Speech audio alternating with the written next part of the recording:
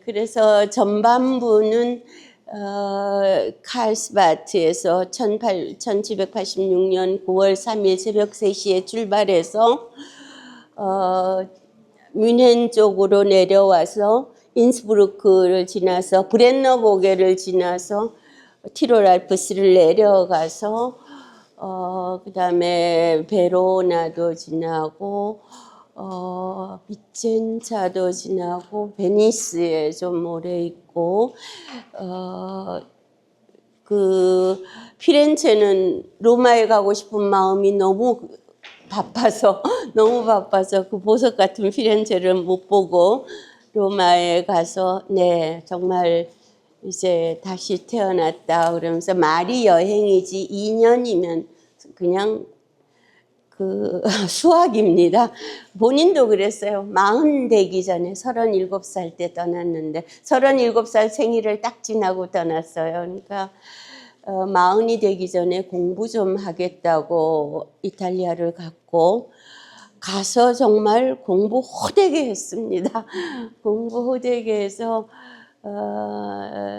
예 로마에서 특히 온갖 고전 작품들 그러니까 듣기만 하고 그림으로나 보던 것을 실물을 다 봄으로 해서 그 질풍노도 같은 청년 상태가 조금 지난 나이에 새로운 그야말로 개안이 되어서 고전주의를 향하게 되는 고전주의라는 게 완성된 아름다움을 지향하는 것이 으뜸 덕목의 하나라 예 대표적인 상이 주노상입니다. 그때가 좋아했던 주노는 신들 중에서도 여신들 중에서도 제일 힘 있는 사람이죠.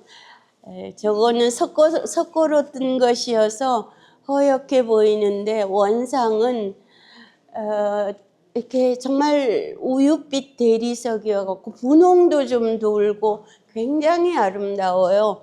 로마의 알렉스 뮤지엄에 있는데 그리고 나폴리 그리고 무엇보다 화가의 집에 머물렀기도 했고 저 밑에 있는 괴테 초상을 그린 티슈바인의 집에서 살았습니다. 화가 집에서 살았고 본인도 관심이 있었기 때문에 관심이 있는 정도가 아니고 어려서부터 화가가 될까 시인이 될까 너무 고민하다가 시인이 됐는데 그 화가의 꿈을 못 버린 게 또 있어서 그림 공부를 엄청나게 해요. 정말 화가들 틈새에 살면서 그리고 정말 그 예술 작품에 대한 눈이 떠진다고 할까요? 건축에서부터 시작을 해서 베로나의 원형 경기장에서부터 그다음에 그 팔라디오의 고전 건축을 쭉 보면서 로마까지 가거든요.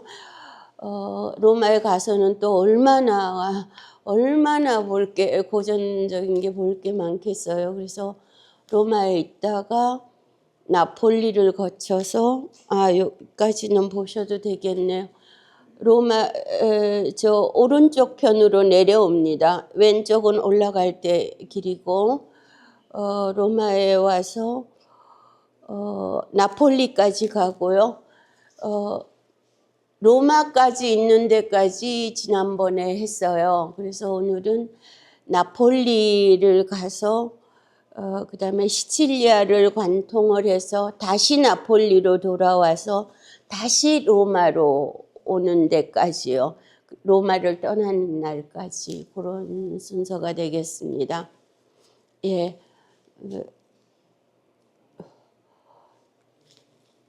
예. 나의 생애에서라고 된 것은 자서전 프로젝트의 두 번째 장인 거는 이게 지금 첫 장이 빠진 게 아니고 나의 생애에서라는 자서전 프로젝트의 첫 챕터는 시와진실, 자서전 시와진실이었습니다. 요거 이탈리아 기행이 자서전의 두 번째 단락이고 세 번째는 좀 쓰려고 그러다 약간 질이 멸렬했는데요. 프랑스 종군기 마인츠 포위기 해서 조금 전쟁 체험이 좀 들어가고, 네 번째 프로젝트는 만년이 굉장히 중요한데, 만년은 괴테가 쓰지를 않고 그거 쓰려는 사람이 나타났어요. 그래서 에커만은 지금도 충실한 사람의 대명사입니다. 에커만이라는 사람은 좀 그림도 좋아하고 이런 어려운 환경에서 자란 사람이었는데, 아마 본인이 그림을 그렸거나 글을 썼으면 결코 그렇게까지 자리값이 없을 텐데, 괴테의 만년을 하루하루를 다 기록을 해버렸어요. 만년이 다 무르익은 때인데 그걸 다 기록을 해서 괴테와의 대화라는 책으로 묶었는데요. 시와 진실이나 시와 진실은 정말 자서전으로 쓴 거고, 괴테와의 대화도 맘먹고 괴테의 생애를 다룬 거기 때문에 그 두 책 다 세상에 있는 좋은 책의 두 개입니다. 이탈리아 기행도 상당히 주목할 만한 책인데요. 다만 좀 읽어보시려고 그러면 뭐가 너무 많아서 이 천재를 다 쫓아갈 수가 없어요. 뭐 식물을 보려면 좀 식물만 보고 가든지, 돌멩이를 보려면 좀 돌멩이만 보고 가든지. 온갖 거를 다 보고 온갖 생각을 다 하고 무엇보다 온갖 사람을 다 만나서 조금 따라가기가 약간 벅찬 감이 있습니다만은, 특히 후반부로 갈수록 전반부에는 내가 본 거를 막 이렇게 쓰는데 바쁜데, 후반부로 갈수록 거기에 대한 자신의 성찰, 그걸 통해서 큰 모습이 나타나요. 그러니까 로마에서 나폴리로 가는 길에서부터 시작을 하는데요. 이렇게 새카만 글들이 있습니다. 이건 뭔가 하면은 이거 보시라고 써놓은 거 아니고요. 접으려고요. 저 읽어드릴 테니까 보시려고 눈 아프게 하시지 마세요. 사진만 보시고. 네, 좋은 시간, 벨레트리라는 것을 지나면서 로마를 떠나는 느낌입니다. 좋은 시간에 우리는 여기에 닿았다. 벌써 그제 날씨가 어두워져 좋은 날들을 흐려지게 했다. 하지만 몇 가지 대기의 징후들이 날씨가 다시 좋아지리라고 예고했고 정말로 그러기도 했다. 구름이 차츰 걷히고 군데군데 푸른 하늘이 나타나더니 마침내 태양이 우리 길을 비추었다. 우리는 알바노 호수를 거쳐왔다. 그 전에 겐자노 근교에서 소유주인 키지 왕자가 이상하게도 유지는 하면서 관리는 하지 않는, 그렇기 때문에 또한 누구도 그 안을 돌아보는 걸 원하지 않을 공원 입구에 멈추기도 했다. 그 공원에는 진정한 야생이 형성되고 있다. 나무들과 감목들, 약초들과 넝쿨들이 제멋대로 자라고 마르고 쓰러지고 썩고 있다. 모든 것이 손대지 않은 그대로이고 오히려 그만큼 더 좋다. 입구 앞 광장은 말할 수 없이 아름답다. 높은 벽이 골짜기를 마감하는데 격자문을 통해 안이 들여다 보이고 그 다음에는 언덕 위로 솟아 있으며 그 언덕 위에 성이 있다. 만약 제대로 된 예술가가 기획한다면 대단한 그림이 그려지리라. 더 묘사할 수는 없고 다만 말할 것은 언덕으로부터 제차 산맥, 폰티노 늪지, 바다 그리고 섬들이 보이던 그 순간 강한 장대비가 늪지 너머로 바다를 향해 갔고 빛과 그림자가 번갈아 요동치며 황량하던 평원을 아주 다채롭게 생기뛰게 했다. 여기에다 햇빛으로 밝혀진 여러 개의 거의 보이지 않는 흩어진 오두막들에서 솟는 연기 기둥들이 매우 아름다운 느낌을 자아냈다. 요런 단편적인 묘사에서도 여기에 특별히 중요성이 아니고 괴테가 바라보는 것들을 바로 볼 수 있어요. 처음을 들으셨던 분은 이 사람 어디 가도 제 기상을 제일 먼저 봅니다. 기상학자이기도 하거든요. 기상을 딱 보고 이제 좀 있으면 또 암석이 나오겠죠. 암석이 아직 안 나왔어요. 그리고 이제 당연히 그 약초, 꽃, 식물들을 또 보고 식물학자입니다. 식물들을 보고 그러나 또 약간 사회적인 것도 약간씩 들어가요. 왜 만들어 놓고 안 가꾸지? 뭐 이런 것도 들어가고 그다음에 묘사가 또 별거 아닌 것 같지만 비가 쏟아지는 장면들 잘 묘사가 돼 있죠. 그죠? 이렇게 오두막에 굴뚝에 연기도 오르고 이런 것도 보이는 것 같고 특징적입니다. 예. 머지않아 그 앞에서 바다까지도 보이자 즐거웠다. 그리고 곧 도시에 면한 산의 다른 면이 우리에게 새로운 식물군의 장관을 보여주었다. 낮고 잿빛 띤 초록빛 은매화 사이로 누른빛 띤 초록 석류나무와 창백한 초록빛 올리브가지 아래로 인도 무화과가 그 커다랗고 윤기나는 잎들을 펼치고 있었다. 길가에는 새로운 아직 한 번도 보지 못한 꽃과 덤불들이 보였다. 초원에는 수선화와 아네모네가 피어 있었다. 예, 얼마나 예쁜 곳인지 또 금방 드러나네요. 그 창백한 초록빛 올리브까지요. 아시죠? 올리브 나무는 비로 먹은 버드나무 같아요. 한쪽은 초록인데 한쪽 허해가지고 그래도 저는 비로 먹었다고 그러는데 시인이어가지고 창백한 초록빛 올리브 가지라고 표현을 했네요. 예, 그래서 그 나폴리의 특징이 뭐겠습니까? 베수비오 산이 엄청나게 증기를 뿜으며 줄곧 왼편에 있다. 나는 조용히 혼자 기뻐했다. 이 주목할 만한 대상을 드디어 두 눈으로도 본다는 것을. 하늘은 점점 맑아지고 마지막에는 해가 우리가 탄 비좁은 마차 안으로 제대로 뜨겁게 비쳐들었다. 아주 맑은 환한 대기 속에서 우리는 나폴리에 다가갔다. 그리하여 이제 우리는 정말로 다른 나라에 와 있었다. 건물 지붕들이 납작하여 다른 방위임을 나타냈다. 건물 안쪽은 그리 편안해 보이지 않는다. 사람들 모두 해가 난다 싶으면 길거리에 나와 앉아 햇볕을 쬐고 있다. 나폴리인들은 자기들은 낙원을 소유하고 있다고 믿으며 북쪽 나라에 관해서는 매우 슬픈 개념을 가지고 있다. 샘프레네베 가세딜레이뇨 어쩌고 쭉 나가는데 그게 뭔가 하면은 우리의 상태에 대해서 그들은 이런 이미지를 만들어 가진다. 전체 독일 백성들이 즐겁도록 자기는 알아듣지만 모르는 사람도 즐겁도록 번역을 해보자면 이 특징 짓기는 이렇다. 노상 눈, 나무집들, 큰 무식, 그러나 돈은 충분. 그렇게 흉을 본대요. 북쪽 사람들을. 예, 나폴리 자체는 즐겁고 자유롭고 생동하는 모습을 보인다. 헤아릴 수 없는 사람들이 한데 섞여 달리고 있고 왕은 사냥 중, 왕비는 임신 중이니 이보다 더 좋을 수는 없다. 편안한 곳입니다. 예, 나폴리는 낙원이다. 누구나 일종의 도취한 모라의 상태에서 산다. 나도 꼭 그렇다. 내 자신을 거의 인식하지 못하고 나 자신이 완전히 딴 사람처럼 느껴진다. 어제는 생각했다. 전에 내가 미쳤었든지 아니면 지금 미쳤다고.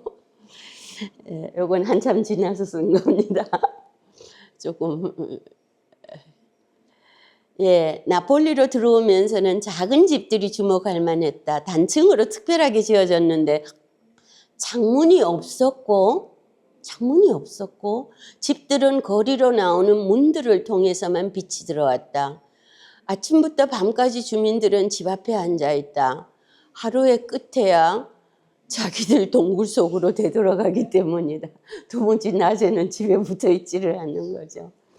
예, 그리고 예, 문을 좀 닫고 눈 오고 비가 와야 문을 닫지요. 생전비가 안 와요.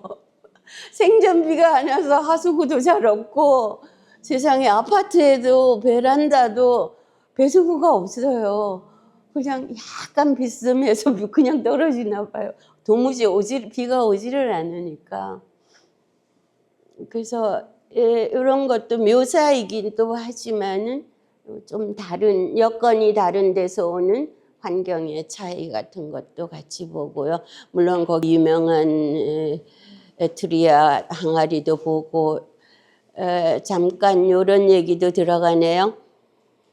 거기 독일의 아주 좋은 독일 화가가 앙헬리카 카우프만이 로마에 살았는데요.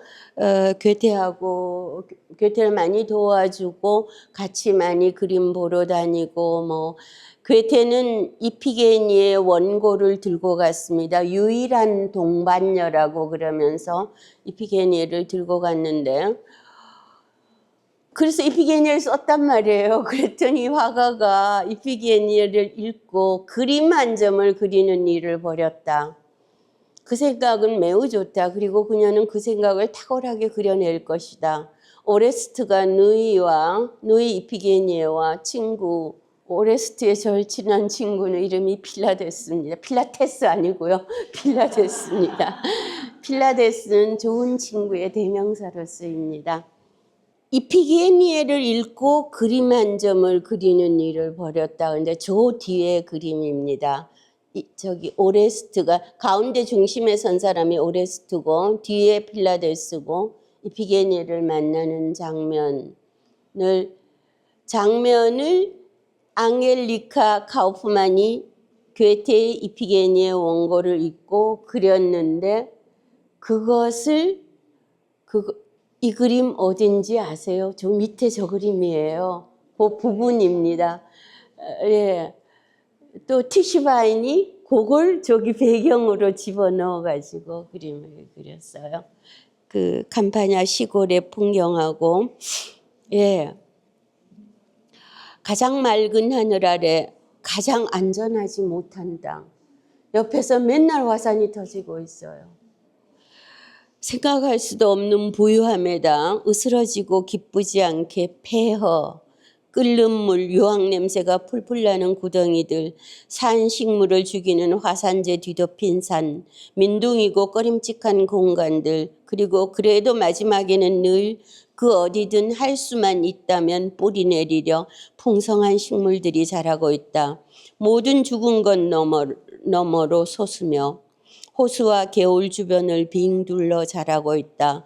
오래된 분화구의 벽들에서 더없이 찬란한 참나무 숲을 이루어내며 분화구가 그냥 이렇게 깎여져 있는 게 아니고 여기가 다 숲으로 뒤덮였습니다. 날씨가 어두워졌다. 번갈아 초봄이 들여서고 비 내리는 날들이 있다. 아직 베수비오의 정상은 내가 올랐던 이후로 더 뜨거워지지 않았다. 벌써 한번 올라갔다 왔어요. 지난 밤들에는 산이 이따금씩 불꽃을 내는 게 보였다. 지금은 다시 멈추었다. 보다 더 강한 폭발을 기대들 하고 있다. 이쯤의 폭풍이 우리에게 바다의 장관을 보여주었다.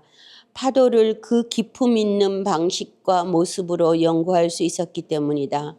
하지만 자연은 모든 종이들에다 큰 내용을 담아주는 유일무이한 책이다. 예, 올라가는 이야기입니다. 가파른 기슭 발치에서 두 명의 안내인이 우리를 맞아주었다. 하나는 나이 든 사람이고 하나는 좀 더 젊은 사람인데 둘 다 유능한 사람들이었다. 첫 사람이 나를, 두 번째 사람은 티슈바인을, 괴테가 티슈바인 집에 살았다 그랬죠. 화가 티슈바인을 산 위로 끌고 올라가 주었다. 뭐 당겨야 되는 모양이에요. 그들이 끌고 올라갔다고 내가 말하고 있다. 그도 그럴 것이 그런 안내인은 가죽띠를 동이고 있는데 여행객은 그 띠를 붙잡고 위로 끌려가며 지팡이 하나 딛고 자기 두 발 딛고 그만큼 더 쉽게 위로 올라가는 도움을 받는다. 그렇게 우리는 그 위로 원추형 산이 솟아있고 북쪽으로는 소마산의 잔해가 있는 평지에 도달했다. 그래서 이야기가 쭉 이어지는데 아무튼 이렇게 원추처럼 분화구가 패였는데요. 그 풍덩하고 무거운 것들이 떨어져 김을 내는 요란한 소리와 더불어 원추면으로 튀어내리고 보다 미미한 것들은 덜그덕 그 뒤를 따랐으며 마지막으로 화산재가 줄줄 내려앉았다. 그 모든 것이 규칙적인 간격을 두어가며 일어났고 그 시간 간격은 우리가 조용히 헤아려 보면서 매우 잘 측정해낼 수 있었다. 지금 폭발하고 있습니다. 거기서 지금 거기를 가죽끈 잡고 올라가고 있어요. 예, 이렇게 생겼습니다. 저 뒤에 병풍처럼 선 게 소마산이고 저 아래쪽이 나폴리고 왼쪽에 폼페이고 소마산과 원추형 베수비오산 사이에는 그러나 좁은 공간이 충분히 있어 벌써 많은 돌들이 우리 주위로 떨어졌고 빙 도는 것을 즐겁지 못하게 했다. 그런데 티시바에는 산 위에서 더욱 기분이 안 좋아졌다. 이 요란한 것이 흉한 것으로 만족하지 않고 위험해지려고까지 했기 때문이다. 고깔 모양인 베수비오와 그보다 조금 작은 소마산은 평지에서 나란히 돌출해 있어 쌍봉낙타라는 별명으로 불리운다.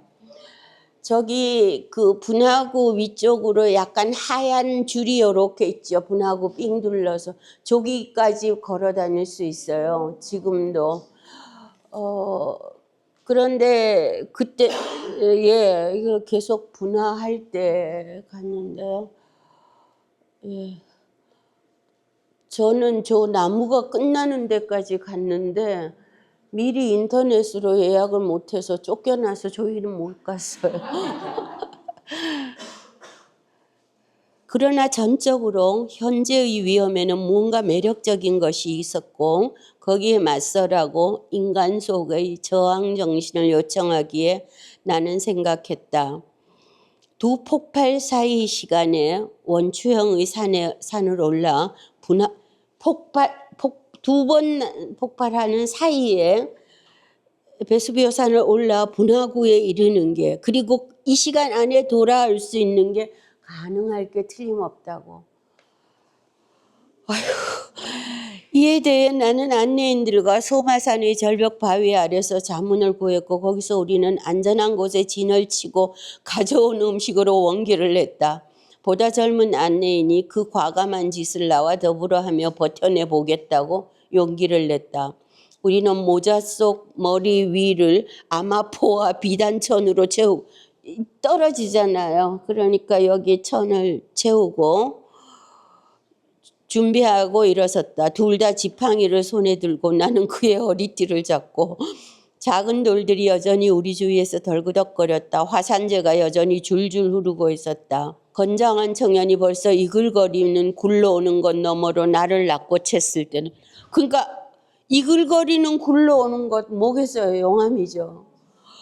거기 용암이 이렇게 오는데 낚아채 예, 여기서 우리는 무시무시한 아가리가에 서 있었고 거기서 나오는 연기는 나쁜 공기를 우리로부터 돌려놓으며 그러나 동시에 사방에서 수천 개의 균열로부터 증기를 내는 분화구 밑바닥 안을 가렸다.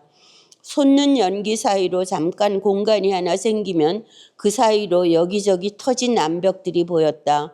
그걸 보는 것은 가르침을 주지도 않고 즐겁지도 않았으나 아무것도 보이지 않아 바로 그 때문에 뭔가를 찾아보려고 머물렀다.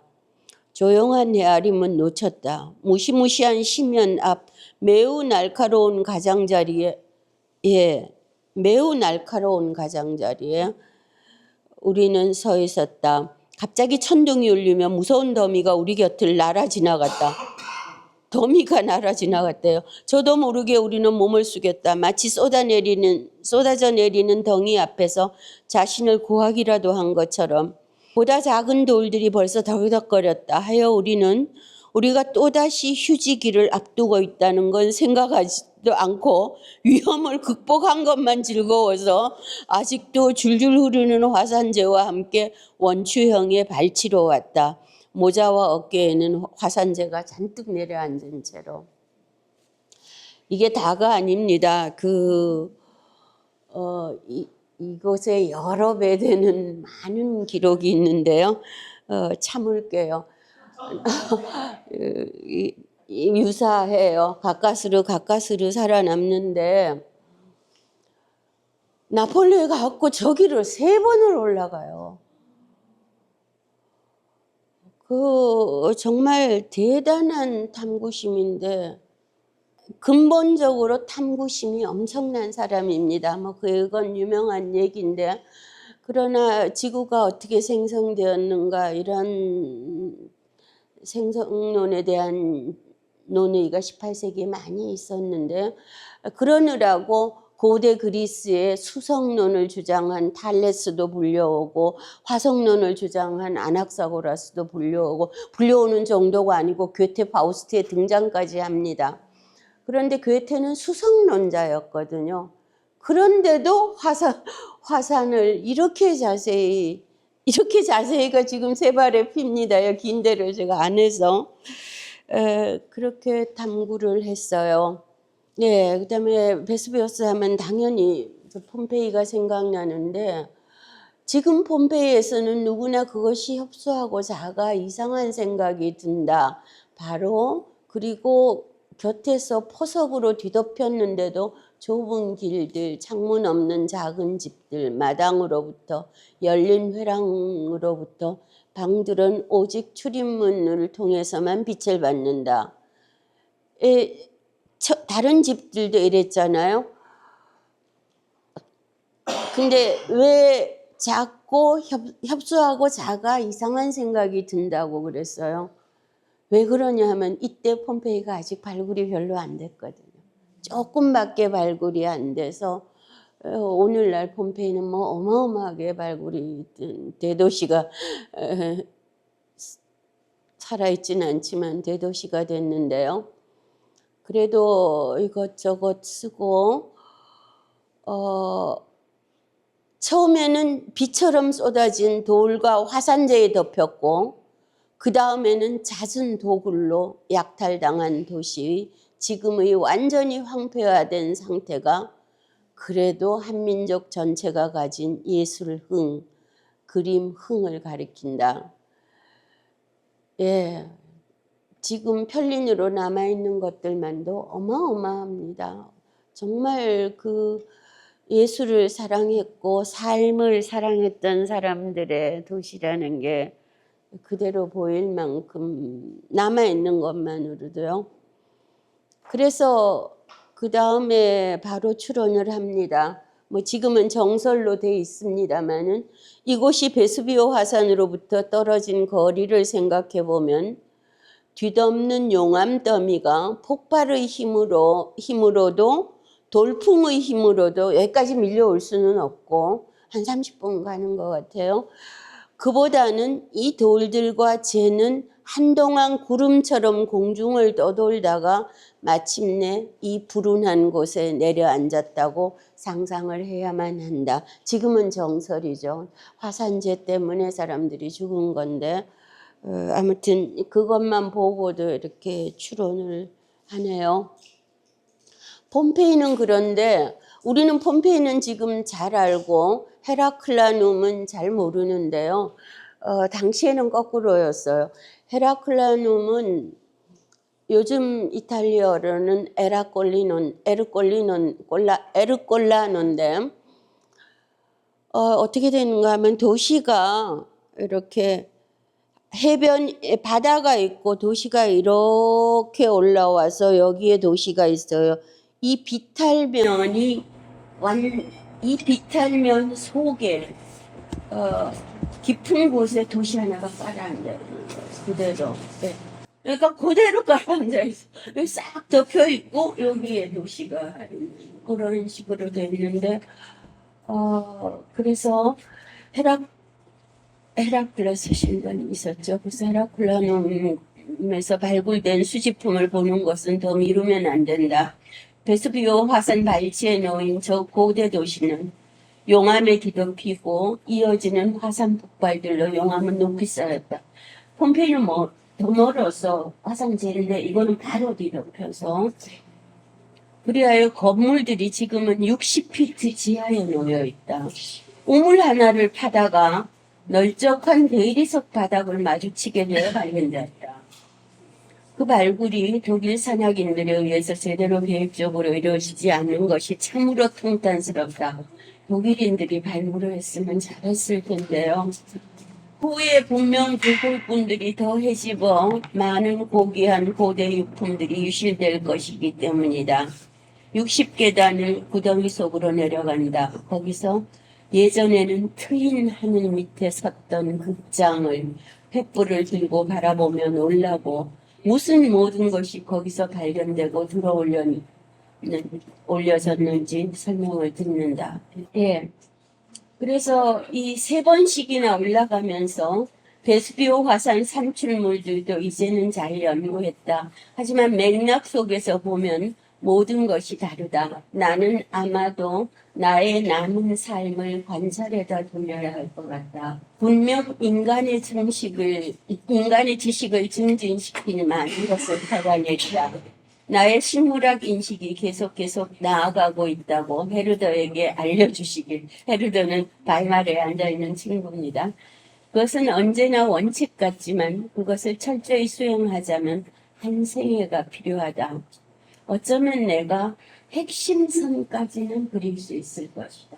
과학자 괴테의 모습이 들어집니다. 그리고 여기 지금 다루지 못했지만 나폴리 사람들 그렇게 좀 배우는 것도 많고 좀 부지런하면 더 잘 살 텐데 이런 생각도 들고 하는데도 그런 사회적인 또 관찰과 성찰은 조금 나중에 이어집니다. 그 다음에 나폴리 근처에서 한 30분쯤 떨어졌는데요. 살레르노라는 곳에 어마어마한 고대 그리스 유적이 있습니다. 페스툼이라는 곳인데요.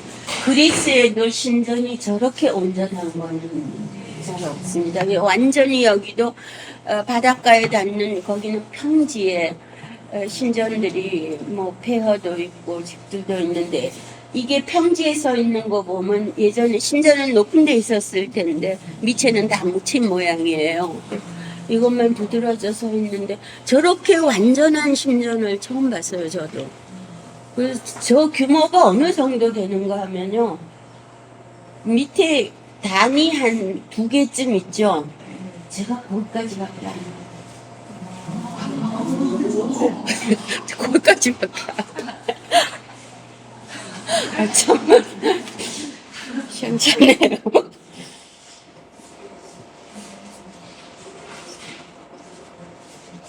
그래서 괴테는 그리스를 안 가봤거든요. 안 가보고 어떻게 그렇게 책을 물론 많이 읽었지만 너무 그리스에 대해서 잘 알고 파우스트에도 그리스 부분들이 너무 잘 쓰여지고 해서 가보지도 않고 어떻게 이렇게 하나 그랬는데 이탈리아에서 그리스를 다 봤더라고요. 왜냐하면은 대그리스, 마그나 그라키아에서 이탈리아 남부가 전부 그리스 식민지였었기 때문에요. 오랜 기간 동안. 그래서 그리스를 본 거예요. 못 본 게 아니고. 저는 못 봤다고 오해를 했었어요. 그래서 요걸 보면서요. 내가 완전히 낯선 세계에 와 있었다. 여러 세기가 엄숙함에서부터 호감을 주는 것을 형성하듯 그렇게 그 시간은 사람도 같이 형성한다. 실로 사람을 낳는다. 이제 우리의 눈이 있고 눈을 통해서 우리의 전체 내적 본질이 보다 날렵한 건축술로 몰아져 갖고 단호하게 결정했다. 어렵습니다. 하여 이 뭉툭한 구주희 모양인 빽빽이 밀집된 기둥더미가 우리에게 무겁게 실로 무섭게 보인다. 하지만 나는 곧 정신을 차려 예술사를 기억했고 정신이 그런 건축예술을 합당하다고 여긴 시대를 생각하고 입체의 엄격한 양식을 눈앞에 떠올려 보았다. 그래서 1시간 이내에 나는 친구가 된 느낌이었다. 이렇게 했어요. 그리스 신전들은요. 그리스도 비가 안 와요. 비바람이 없어요. 벽이 필요 없어요. 저렇게 기둥들만으로 신전들이 예, 그래서 아무튼 그 주위를 그 사이를 두루 다녀보아야 비로소 그것들에게 원래의 생명을 부여하게 된다. 다시금 그것들에서부터 나와서 건축가가 의도한 것을 실로 만들어 놓은 것을 느끼게 된다. 그렇게 나는 하루 종일을 보냈다. 정말 하루 종일을 보낼 만한 건물입니다. 예. 그래서 종합적으로 얘기하면은 어떤 나폴리인들도 자기 도시를 떠나려 하지 않는다고, 또 그 시인들이 이곳의 축복받은 위치를 대단한 과장법으로 노래한다고 그걸로 그들을 나쁘게 생각할 수 없다. 설령 위태로운 베수비오 화산이 인근에 몇 개 더 있다 하더라도 말이다. 여기서는 로마를 되돌아보고 싶지 않다. 탁 트여 있는 이곳의 위치에 비하면 테베레 강변 저지대에 위치한 세계의 수도 로마는 털을 잘못 잡은 옛 수도원처럼 느껴진다. 뭐 7개 언덕이 있느니 하지만 그거 다 불편한 거 아니에요. 좀 탁 트여야지. 예, 그래서 나폴리는 근데 항구입니다. 항구 바로 옆에 또 살았어요. 아, 독일 사람들 대단해요. 로마에서 괴테가 산 집은 까사디 괴테로 해외에 있는 유일한 독일 박물관이고, 여기 나폴리에서 괴테가 나폴리에서는 잠깐 살았죠. 한 달쯤 잠깐 살았는데 그 집은 또 독일에서 사서 독일 문화원 괴테 인스튜트로 만들어서 쓰고 있어요. 찾아가니까 되게 좋아하더라고요. 바다와 배들 또한 완전히 새로운 상태를 만들어낸다. 시칠리아의 수도입니다. 팔레르모를 향하는 브리기탐은 깨끗하고 강한 북동풍을 받으며 어제 떠났다. 이번 항해는 분명 36시간을 넘지 않았을 것이다. 그 배가 카프리와 미네르바 곳을 통과하여 마침내 눈앞에서 사라졌을 때 활짝 펼친 돛들을 내가 어떤 그리움으로 바라보았는지, 만약 사랑하는 이가 그렇게 떠나가는 것을 보았더라면 분명 그리움으로 죽었으리라. 지금은 남동풍인 시로코가 분다. 바람이 강해지면 몰로항 주위의 파도도 재밌어질 것이다. 시칠리아를 가고 싶어요.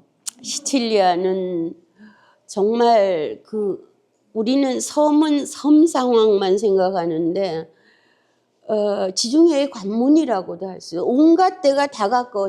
그리스 가깝죠. 아프리카 가깝죠. 이태리 가깝죠. 해서 역사도 고단해요.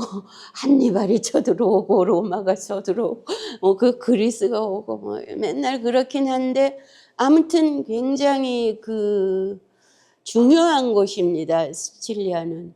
그런데요, 바로 나폴리에서 얼마 멀지 않은데 요즘은 밤기차를 타면 바로 갈 수 있습니다.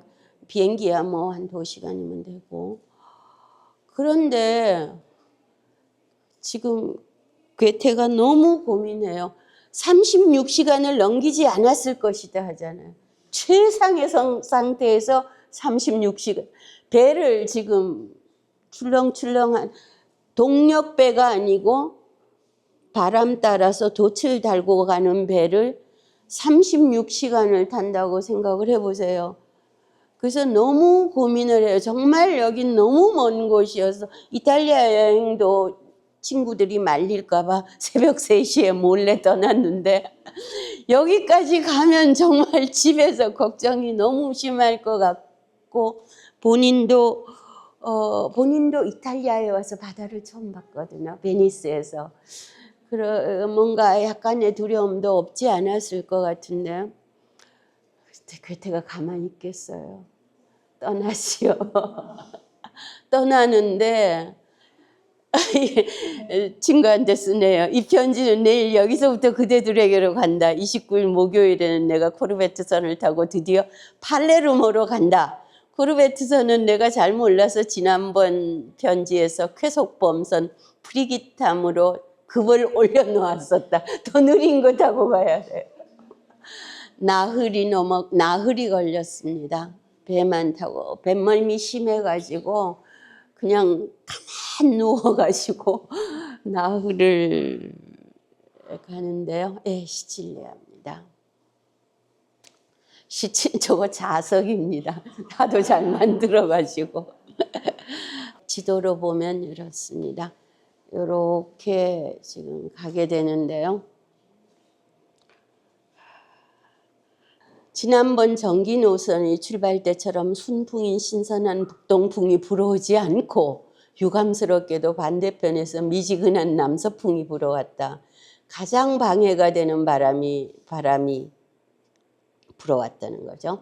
하여 우리는 뱃사람들처럼 굳은 날씨와 바람의 변덕에 얽매였다.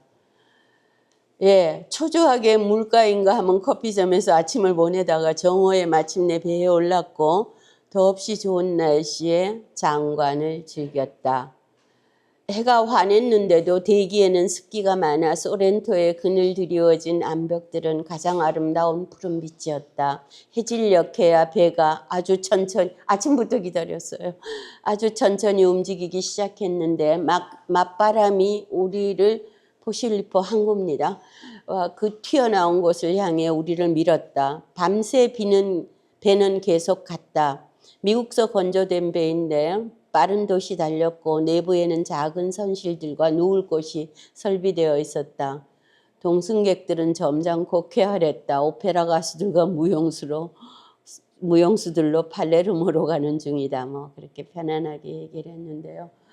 정말 이렇게 어쩌면 건너다 보일 듯한 가까운 곳인데, 예, 나흘을 저러고 갑니다.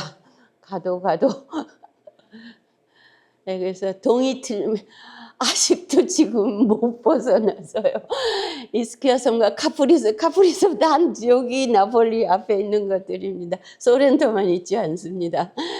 예, 그다음에 예, 해는 카프리와 카포 미네르바의 산들 뒤에서 찬란하게 떠올랐다.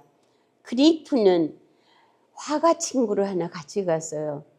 저기 올라갈 때도 화가 친구하고 같이 가고, 왜냐하면은 그냥 좋아하기도 하지만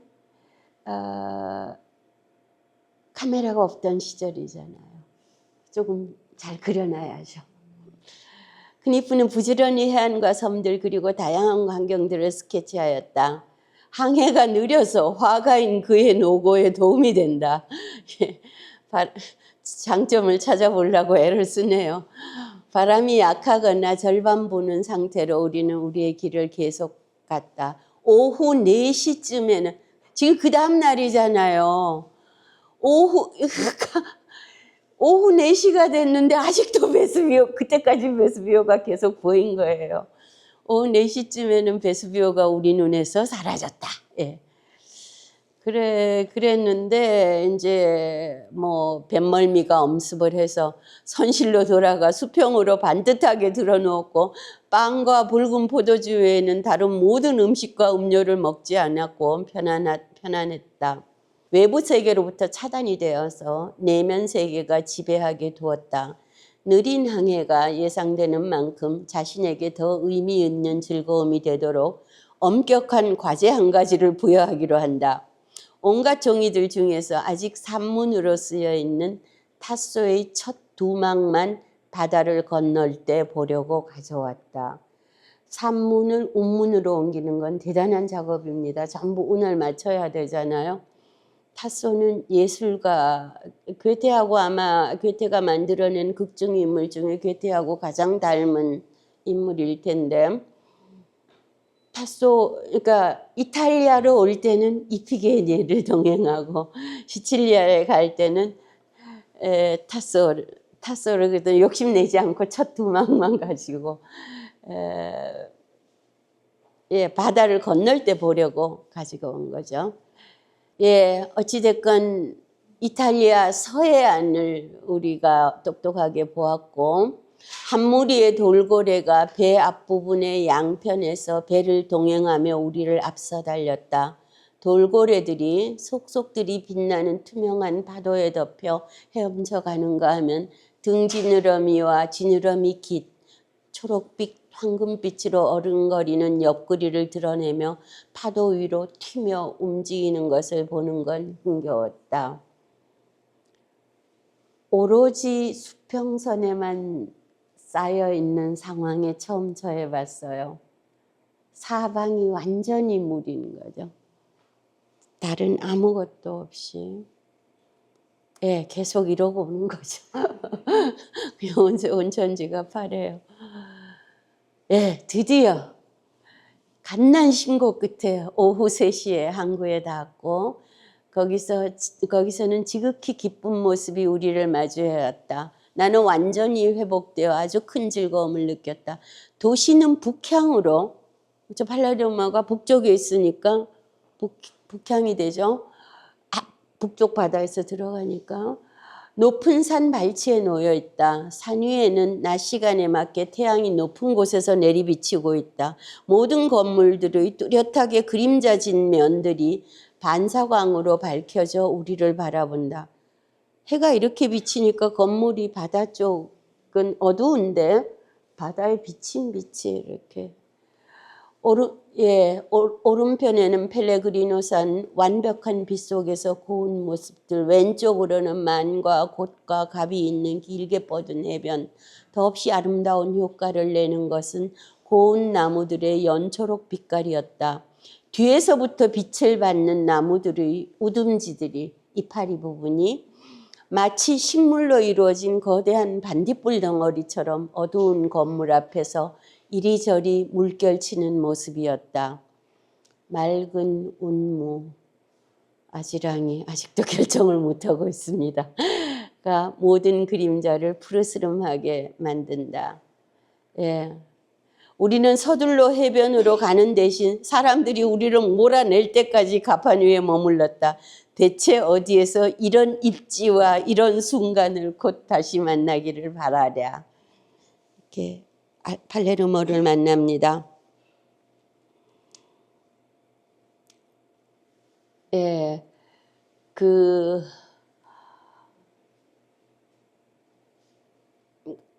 해안가에 큰 공원이 있고 북쪽 수평선에는 거무스름한 파도, 도시가 북향으로 있고 우리가 이렇게 가니까요. 북쪽 수평선에는 이제 내리면 저쪽 북쪽 수평선이 거쳐온 바다죠. 북쪽 수평선에는 거무스름한 파도, 구불구불 휘어지는 만으로 다가오려는 파도의 노력, 운무 끼인 태양의 고유한 냄새 자체, 그 모든 것이 나에게 축복받은 페아키아 섬을 생각과 기억 속으로 되불러 왔다. 페아키아 섬이요. 오디세이에 나오는 이상향입니다. 오디세우스가 온갖 고난을 당하면서 풍랑을 견디면서 그 고향에를 못 가고 헤매다가 페아키아인들의 섬에 닿아서 거기서 회복하고 배를 마련해주고 해서 귀향으로 가고 거기서 그간 겪었던 험한 이야기를 들려주고 뭐 이런 구성으로 되어 있습니다. 그래서 아주 손님을 사실 공주도 오디세우스를 남편으로 삼고 싶어하고 임금님도 오디세우스를 사위 삼고 싶어하는데 오디세우스는 집에 가고 싶어서 다 거절하고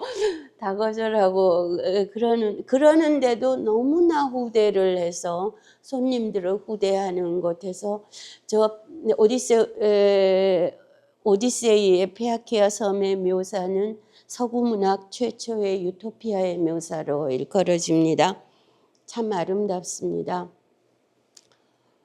그러니까 너무나 그 파도가 막 치죠. 뭐 거무스름한 파도만 뭐 이런 바다 냄새 이런 게 제일 먼저 떠오르는 게 어려서부터 봤던 오디세이. 게다가 괴테의 외할아버지가 시장이었는데 괴테 어린 시절부터 외할아버지네 집에 가서 밥 먹는 거 제일 좋아했는데 그런데 외할아버지가 꼭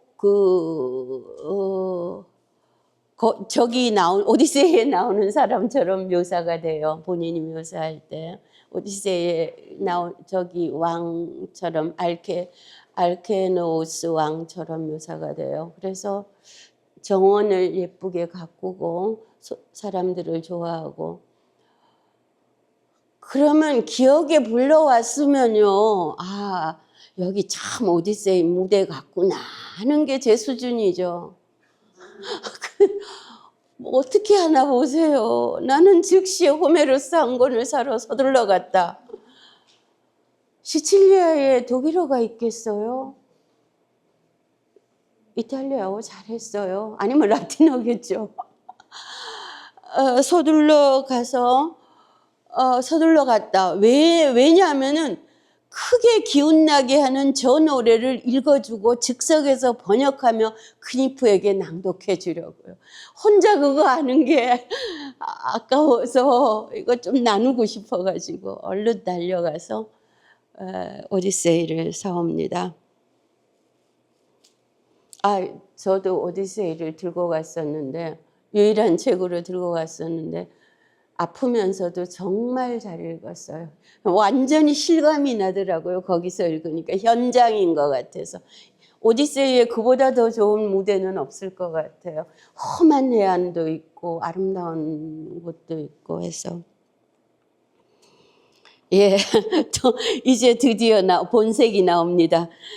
이 강물에서 거둔 나의 수학이 풍부해서 거의 40점을 모았는데 뭔지 아시겠죠? 그것은 물론 몇 가지 항목하에 분류하였다. 대부분은 산에서 나온 암석류인데 옥이나 가감 또는 전파남이라고 칭할 수 있는 것들이다. 일부는 둥글고 매끄럽고 일부는 울퉁불퉁하고 일부는 마른 목골을 한 여러 색깔이다. 나아가 오래된 석회암의 수많은 변종이 나타났는데 적지 않은 강력암들이 석회암으로 접합되어 있고 또 옥이나 석회암도 석회로 접합되어 있다. 또한 폐각 석회암 자갈도 없지 않다. 40점 이거 다 돌입니다.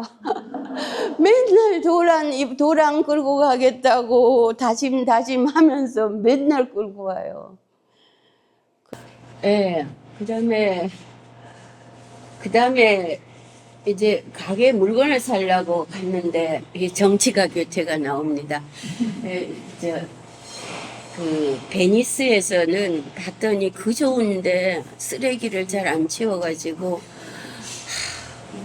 경찰서장이 나한테 조언을 구하면 내가 이렇게 해야 텐데 하고 왔단 말이에요. 근데 여기 와가지고는 경찰서장 안 기다려요. 안 기다리고 가게 사람하고 당신네 도시에 이런 불결함은 대체 어디서 오는 겁니까? 이거 없애버릴 수 없나요? 이 거리는 길이와 아름다움으로 보면 로마의 중심과 코르소 거리에도 뒤지지 않을 겁니다. 뭐 어쩌고 했는데 당신들이 오물을 중심가로 밀어넣는 꼴이지 않소. 나폴리에서는 부지런한 나귀가 매일 쓰레기를 정원과 들판으로 실어내던데 여기서도 그 비슷한 조치가 이루어져야 하는 것 아니겠습니까? 하고 또 직접 가게 주인한테 얘기를 했더니 조금 달라졌지요. 우리네야 늘 이런 식이지요. 그러면서 그 집에서 뭐든 내다버리면 그건 곧바로 문 앞에 쌓여서 썩어요. 손님은 지푸라기와 갈대, 부엌 쓰레기와 온갖 오물이 쌓였다 말라서 먼지가 되어 우리에게로 돌아오는 꼴을 보신 겁니다. 우린 하루 종일 그에 맞서 싸우죠. 하지만 부지런하고 싹싹한 우리 멋진 빗자루가 마침내 끝이 닳아버리면 그냥 집 앞에 쓰레기만 더 늘리는 거죠. 근데 그게 또 다가 아니에요. 우습긴 해도 그건 정말로 맞는 말이었다. 그들은 약간만 바꾸면 부채로 쓰여 적합할 수도 있을 난장이 야자잎으로 예쁜 작은 빗자루를 만들어 쓰는데 그게 쉽게 닳아 뭉툭해져서 버린 빗자루가 수천 개 길에 놓여 있다. 예, 왜 이러냐 했더니 그렇게 되면은 다시 시의 또 다른 재정이 얼마나 부실하게 쓰이는지 들통이 날까 두려워하는 정치인들이 있고, 그 사람이 가게 주인이 우스꽝스러운 표정을 지으며 덧붙이기를 이런 건 모두 악의적인 사람들이 하는 생각일 뿐이며 자기 생각에는 귀족들이 저녁 때 푹신한 바닥 위에서 전통적인 마차 드라이브를 편안하게 즐길 생각으로 이런 부드러운 바닥 깔개를 유지한다고 주장하는 사람들과 같은 의견이라는 것이죠. 그러니까 뭔가 하면은 그 정치인으로서의 괴태가 드러나지만은 또한 사람들에 대한 굉장한 관심이 드러나고 또 작가 괴태의 모습이 드러나서 묘사가 자세하잖아요. 그래서 아주 살아나는 한두 문단으로 뭐 건너뛰면서 읽었습니다마는 생생하게 두 사람의 대화가 그려져요. 그 다음에는 식물원에 갔어요. 예, 레몬꽃 피는 것이고요. 예, 극락조도 있고, 극락조는 독일어로도 극락조입니다. Paradise Bird. 예, 그래서 이제 아직 팔레로 뭐예요? 큰일 났네요. 쉬어야 되는데 이거 아직 갈 길이 멀었습니다. 여기 시칠리아는 끝나야 하십니다. 이제 팔레르모를 떠나요. 왜 떠나는가? 원래는 이렇게 해안으로만 가려고 그랬는데 해안으로 가서 저기 시라쿠사로 가려고 그랬는데 이 평원을 가로질러 보고 싶어가지고 농작물도 보고 그러려고 가로질러 갑니다. 엄청나게 많은 것. 알카모의 위치는 뭐 이러고 나오는데 알카모는 지금 처음 꺾어지는데요. 아직 멀었어요. 그래서 지금 뭐 보세요. 비옥한 벌판은 초록으로 고요하다. 넓은 길 위에는 야생 관목들이 서로 뒤엉켜 무더기가 꽃으로 정신 잃은 듯 반짝인다. 나비꽃들로 초록잎 하나 볼 수 없이 완전히 노랗게 뒤덮인 유향나무, 산사나무, 덤불에 덤불이 닿고 알로에는 높이 솟아 꽃이 필요하고 선홍색 클로버에 풍성한 양탄자, 곤충 모양의 난초들, 작은 알펜로즈에 닫힌 종을 매단 히아신스, 펜야자, 알리움, 수선화, 식물은 뭐 한없이 보고 세제스타에서 흘러온 물은 석회석 이외에도 많은 가감, 조각돌을 실어온다. 그것들은 몹시 단단하고 지극히 다양한 음영의 진푸른색, 붉은색, 노란색, 갈색이다. 석회 암벽에 가감이나 부싯돌이 박혀 있는 것이 보였다. 알카모에 도착하기 전까지 산 전체가 그랬다. 부싯돌은 우리는 그냥 이 용도로 이름이 붙었는데 부싯돌이란 돌이 있더라고요, 원래. 예, 세제스타라는 곳에서 이제 신전을 또 처음 보는데요. 위치가 특별했고 골짜기 가장 높은 끝에 외떨어진 언덕 위에 절벽으로 에웠어요. 넓은 땅을 굽어보며 아득히 먼 곳을 바라보고 있다. 식물들 당연히 또 보죠. 좀 낯선 식물들. 저거는 살솔라칼리, 뭐 소금풀이라고 해야 될지 그런 것도 있고 콜크나무도 처음 봐서 또 눈여겨보고요. 괴테가 여기 열심히 써놔서 바이마르에도 콜크나무가 크고 있어요. 저기 따뜻한 데서 자라는데. 예. 그다음에 여기가 문제입니다. 현재 이름은 아그리젠토입니다. 예, 그때 이름은 지르젠티였어요.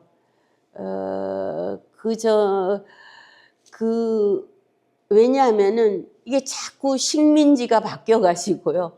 아크라가스 강이울에서 아크라가스라고 그랬다가 지르젠트라고 그랬다. 아그리젠토라 다시 뭐 조금 하여튼 맨날 바뀌어요. 이 도시만이 아니고 또 무솔리니가 들어와갖고 1927년에 싹 바꾸고요. 조금 자기네 토속적인 걸로. 아무튼 그런데 지금은 많이 알려진 이름은 아그리젠토입니다. 여기에는 신전의 골짜기라고 불릴 만큼 드넓은 바다로 이어지는 드넓은 벌판에 가는 길에 우선 칼라타 벨로타라는 이상한 데를 보는데 위치가 하도 재미있어서 눈여겨봅니다. 수학 기술기 어떻게 갖다 붙여놓은 것 같이. 이런 데도 보고, 지형도 또 잘 보고, 예, 지르젠티는 예, 그냥 바로 이렇게 보죠. 이게 너무나 드넓은 땅인 것 같아요. 대부분 신전들이 폐허로 있는데 저 콩코르디아 신전만 말짱해요. 왜냐하면은 콩코르디아가 화합이어가지고 기독교가 들어왔을 때 기독교에서 그냥 썼어요. 화합 신전이니까 제우스 신전이면 못 쓰는데 화합이니까 뭐 그냥 써서 그게 이름도 잘 지어야 됩니다. 예, 그래서 요거 뭐 신전 자세한 거는 그냥 지나가고요. 무화과 잎이 나오고 콩꼬투리 달고 아티초크도 자라고 콜라비도 자라고 뭐 많습니다. 지나가겠습니다. 예, 석회석도 나오고 또 다 나오는데 카타니아에서는 에트나 화산이 보입니다. 그래서 에트나 화산에서 용암이 노상 나오는데 이게 높아가지고 흰 눈이 덮여 있고 용암이 계속 쏟아지니까 산이 완전히 흑백 이렇게 돼가지고 카타니아의 모든 중요한 건물들도 다 흑백 이렇게 지브라 모양으로 되어 있어요. 그래서 카타니아도 지나가겠습니다. 그런데 카타니아에 가서 괴테가 못 올라가요. 올라갔는데 도저히 거기는 안 돼서 베수비오보다 훨씬 높거든요. 저 분화구에서 철학자 엠피도클레스도 죽고 뭐 많은 작품의 무대가 됩니다. 괴테도 이제 다 올라가지는 못한. 예, 카타니아 다음에 또 많은 도시들이 있지만은 시라쿠사도 있지만은 타오르미나로 가야 될 것 같아요. 저 뒤에 이제 에트나가 보이고 사진이 이렇게밖에 안 되네요. 제가 못 가가지고 너무 아름다워서 이 작은 섬이 영화 그랑블루 촬영지예요. 굉장히 아름다워. 예, 그 극장이 기가 막혀가지고요. 그냥 사진 보여드릴게요. 바다 바로 가에 이렇게 어마어마한 고대 극장이 있는데 타오르미나요. 여기 이 극장을 내려다보면서 괴테가 뭘 할까요? 여기서 이 아름다운 곳에서 여기서 이렇게 보면 해안선이 막 따라서 메시나까지 다 보이는 그런 곳이. 시라쿠사는 알키메데스가 뭐 뛰쳐나왔던 곳이고 여러 가지 있는데 여기를 보면서 괴테는 이렇게 합니다. 마치 둥지를 지으려는 새처럼 나는 좁은 곳으로 찾아들었다. 황폐해진 농원에서 오렌지 나무에 앉아 나만의 망상에 잠겼다. 여행자가 오렌지 나무까지 올라앉다니 좀 이상하게 들릴 것 같다. 하지만 사람이 가꾸지 않아 원래의 본성대로 자란 오렌지 나무는 뿌리 바로 위에서부터 가지가 갈라져 나중에는 본가지들이 된다는 사실을 안다면 지극히 자연스러운 일이다. 그렇게 앉아서 나는 오디세이를 희곡으로 압축해보는 나우시카 플랜을 계속 생각했다. 오디세이를 희곡으로 압축을 해보려고요. 그래서 이런 작품이 불가능하다고 여기지는 않지만 희곡과 서사시의 기본적인 차이를 제대로 눈에 담고 있어야 한다. 보통 대담한 기획이 아니죠. 희곡을 얼마나 잘 써야 오디세이만큼 쓰겠습니까? 아무튼 그래서 나우시카를 정말로 많이 생각했어요. 예, 여기 올라앉아가지고 이런 데 올라앉아가지고 자세하게 그 1막, 2막, 3막, 4막 자세하게 했는데 시작만 쓰고 못했어요. 파우스트는 60년 걸려서 썼지만 괴테라고 모든 것을 60년 걸려서 쓰진 못했어요. 그래서 못 썼고 메시나에 가가지고는요.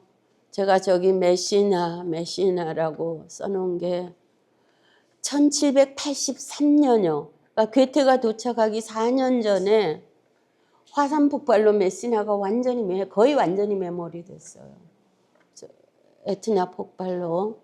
그래서 유럽을 뒤흔들었고 4년밖에 안 됐으니까 복구가 제대로 됐을 리가 없는데 거기를 향하는 마음. 괴테는 어린 시절부터 이 화산 폭발에 이게 지진, 화산 이런 거 굉장히 예민했거든요. 정말 각별한 마음으로 메시나를 갔을 것 같아요. 그래서 자세히 관찰을 합니다. 메시나에 가서 그냥 넘어가야 되겠네요. 이렇게 다 부서진데. 그래서 메시나가 이제 반대쪽 뾰족한 삼각형인데 반대쪽 끝이거든요. 거기서 배를 타고 다시 나폴리로 가는데 바다 위에서 뭐 돌고래도 오고 그러는데 메시나 앞에 바다들이 여기는 오디세이에서 막 거인이 막 던지고 돌 바위 던지고 그랬다는 곳이에요.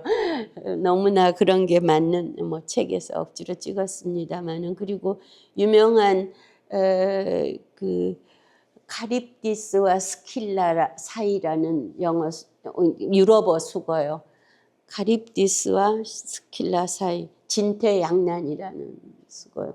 일로도 못 가고 저리도 못 가고 거기 물목도 다 지나갑니다. 너무나 그 에트나를 바라보면서 그래서 또 나흘을 고생하면서 이번에 갈 때는 계속 나우시카만 생각을 하면서요.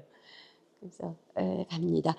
예, 에트나를 바라보면서 떠나서 다시 베스비오로 돌아옵니다. 예. 나폴리로 다시 돌아오는데 제가 조금 속도를 내야 돼가지고요. 너무 많이 오래 붙들고 있으면 안 될 것 같아서 예, 아무튼 나폴리로 돌아옵니다. 그 친구에게 그 편지를 많이 써요. 친구들에게. 저 헤르더라는 친구는 말이 친구지 목사님인데 너무나 열정적이고 성격이 좀 괴팍해가지고 괴테 많이 갈궜거든요. 그야말로 갈궜어요. 그런데도 꼭 그분께 보여드리고 상의를 하고 그렇게 해요. 나는 늘 나도 그대를 기쁘게 하기 위해서 뭔가 보다 나은 것을 하기를 소망하시. 또한 그대로부터 무슨 글을 어디서 받게 되든 그건 환영일 거고요. 그래서 예, 그냥 조금 지나가지요. 정말 그 호머가 되살아났다는 표현이요. 오디세이가 살아있는 단어가 됐고 호머를 평생 읽었는데 진짜 이렇게 거의 무대 비슷한 곳에 와 보니까 눈에서 비늘이 떨어져 나간 듯이 새롭게 본다는 그런 얘기가 나오고 예.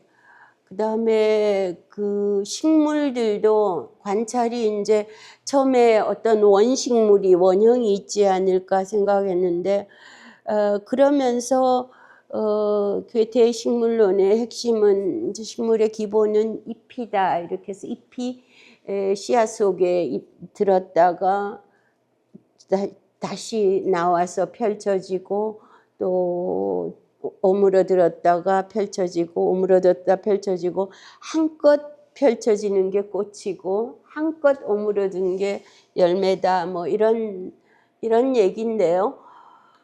그런데 괴테는 그 원식물을 생각하고 규칙성을 생각하면서도 불규칙한 것들이 가리키는 규칙성에 굉장히 주목을 해요. 그래서 카네이션을 하나 봤는데 페랭인지 카네이션인지 꽃이 피었는데 꽃이 피었으면 이제 끝나야 되는데 그 힘이 남아가지고 꽃 위에서 줄기가 또 돋아서 꽃이 나오는 그런 걸 보면서 본인의 이론을 더 확신을 하게 되고요. 색채론도 생맹인 분들의 현상을 이렇게 보면서 색인식을 또 더 잘 보완적으로 잘하는 이런 계기도 만듭니다. 그래서 예, 계속 원식물 이야기가 나오고요. 예, 계속 나옵니다. 그리고 살짝 재미있는 게 성인들 캐톨릭 아니어도 성인들만이 나는 누구 뭐 이렇게 많이 하잖아요. 그때는 네리라는 사람을 자기 성인으로 했으면 좋겠다 그러는데 아주 괴짜예요.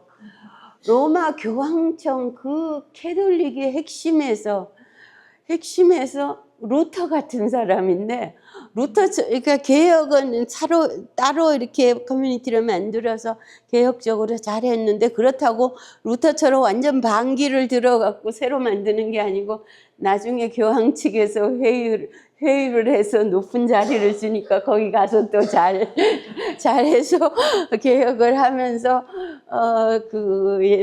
뭐 괴짜예요. 뭐라 그러는가 하면은 어떤 성녀가 하나 있대요. 그래서 가서 진짜 성녀인지 테스트를 하고 오라고 교황님이 그랬더니 가가지고 그 성녀를 만나서 뭐 상당히 다소곳하게 성녀가 들어왔는데 흙 묻은 장아빠를 탁 내밀고 이거 벗겨 그랬더니 성녀가 화를 냈겠죠. 벗겼을 리가 있나요?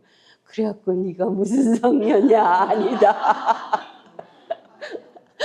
또 왕자님이 커뮤니티에 들어왔더니 자기 회원 꼭 정식 회원이 되고 싶다고 했더니 저 뒤에다 엉덩이에다가 꼬리를 하나 붙이고 시내를 좀 돌아다니라고. 좀 괴짜이기도 하고 어떻게 보면 좀 넉넉하고 너무 굳어져 있지 않고 그런데 그게 너무 재밌어요. 자신의 가르침의 핵심을 레닌은 짧은 좌우명으로 요약했다. 그런데 그게 무엇인가 하니 세상을 무시하고 우리 자신을 무시하고 무시당하는 것도 무시하라. 이런 재미있는 것이어서 제가 굉장히 재밌어 했습니다. 왜냐하면 노자 도덕경에 이런 게 나오거든요. 수모를 신기하게 생각하라.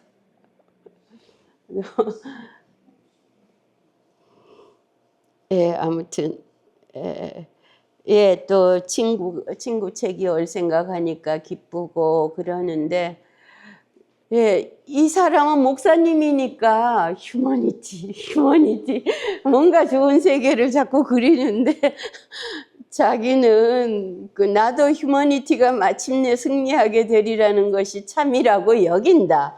다만 그와 동시에 세계가 하나의 커다란 병원이 되어 누구나 서로 다른 사람의 인간적인 간호사가 되지 않을까 두렵다. 너무나 우리 시대가 겨냥이 된 것 같아서요.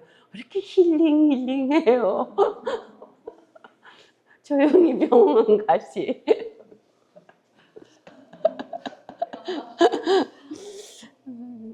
예, 그래서 그 다음에 이제 나폴리 다시 왔잖아요. 이 사람들이 게을러요. 독일 사람들처럼 부지런히 일을 하겠어요. 독일 사람들이야 겨울 오기 전에 장만해서 절임도 만들고 조림도 만들고 햄도 만들고 다 해놔야 이게 살지만은 이 사람들은 좀 나가서 따 먹으면 되는데 그래서 비난을 하는 거예요. 보통은 그 여행 안내서에는 쓰였기를 나폴리에는 한가한 사람이 3-4만 명 된다고 이상하게 센세이셔널하게 써놨는데 하루 종일 막 불안해하면서 닳도록 일하지 않는 사람은 다 한가한 사람이라고 치부하는 북방의 견해일 것이다. 그러면서 그래서 백성들을 잘 주목해 보는데 그들은 움직이지 않으면 굳세게 쉰다. 그러나 자림이 남루한 사람이 매우 많이 보이긴 하지만 일하지 않는 사람은 보이지 않는다. 나름으로는 다 일을 하고 있는, 심지어 아이들까지도 아주 다양하게 관찰을 해요. 그래서 굉장히 일단 낯선 것에 대해서 편견이 아니고 열고 아주 자세히 그리면서 그 어부들이 햇볕을 쬐고 누워 있는데 그건 바다에 나갈 바람이 안 부니까 할 수 없이 그러고 있는 거라고. 돛담배잖아요. 근데 그렇게 다 그게 게을러 빠져서 그런 게 아니고 완전히 무능력하고 불구인 인간 외에는 거지들은 보이지 않았다. 이런 걸 둘러보면서요. 그래서 조금 사회적으로도 많이 다가가고 인간적으로도 많이 다가가고요. 여기 왼쪽 사진 왼쪽 가장자리쯤에서 괴테가 살았습니다. 베스피오 저 멀리 보이고요. 여기가 몰로 항구입니다. 예, 그런데다가 네 번째 또 올라갈 뻔했는데 안 다행인 게 달빛일 거예요. 왜냐면은 더 이상한 사람들도 많이 만나요. 재미난 사람들도 많이 만나고 어떤 어리숙한 이상한 괴짜이기도 하고 어리숙해 보는 아줌마가 하나 있어서 우리 집에 오라 그래서 가봤더니 이게 공주예요. 공주인데 이렇게 돌아가서 창문을 탁 여니까 저렇게 완전히 달빛에 빛받은 베스비오가 그대로 한눈에 들어오는 궁전에서 살고 있는 거예요. 그래서 그런 괴짜도 좀 얘기를 하고. 그래서 로마로 이제 다시 가야죠. 예. 로마로 가는데 처음에 로마를 갔을 때는 막 정말 혹해서 그림 보고 하는데 그 픽한 것들이 다 요즘 정평이 나 있는 것이어서 평을 보고 그렇게 하진 않았을 것 같은데 그래서 굉장히 일부에서는 재미있었는데요. 예. 바티칸은 이제 가갖고 아예 그냥 출근을 합니다. 맨날 가요. 맨날 가고 이제는 보는 게 이제 달라져서 그냥 시스티나 가기 모두 다 바쁜데 그 앞에 사실 양탄자 갤러리 어마어마하거든요. 시스티나 바로 앞에 이런 것들도 이제는 다 눈에 들어와서 온갖 지도를 저렇게 양탄자로 다 해놔가지고 그러니까 너 왜 저렇게 해놨나 생각하니까 교황님들은 저러고 걸어다니면서 공부했나 봐요. 굉장히 아니요 정말이에요. 지도들이 굉장히 정교해요. 양탄자인데 어마어마하게 정교해요. 책 다시 볼 필요가 없어요. 거기 다 있는데 온 지방이. 라파엘이 다 하진 않았고 제자들이 좀 했는데 굉장한 규모입니다. 예, 또 부근의 인근에도 또 좀 가는데 여러 가지 물의 흐름 같은 것도 보고 일부에서 봤을 때는 로마에 있던 헤라클레스 상이 나폴리로 가게 된 사건을 그리는데 요거는 황소상이 이것도 나폴리로 간 건데 가게 된 이게 뭔가 하면은 이게 역사적인 현장인 거예요. 여기 있다가 지금 저기로 옮겨가는 그다음에 제일 심한 게 아폴로예요. 좀 있으면 나올 텐데요. 이때 티슈바이는 이거 그리고 앙헬라 카프만은 저거 그리고 그랬습니다. 괴테를. 에그몬트 열심히 쓰고 있어요. 빌헤름 마이스터도 가닥을 잡아가고 있습니다. 그러면서 그림 공부 어마어마하게 하고요. 그래서 여기 일부에서도 잠깐 보여드렸었는데 빌라 파르네지아가 그리 크지 않지만 너무 아름다워서 예 푸시케 이야기가 전체로 그냥 요런 입구 천정이 전체가 너무 아름다워서 그리고 그래서 지금 로마에 또 원근법 연구도 하잖아요. 그래서 이제는 그림으로만이 아니고 자신을 수정할 시간과 시각, 퍼스펙티브가 있는 것 같다. 나는 예술의 나라에 와 있다. 이 분야를 철저히 작업해보자. 우리의 남은 생애의 안정감과 기쁨을 가지고 다른 무언가로 갈 수 있기 위하여. 로마는 그러기에 멋진 장소다.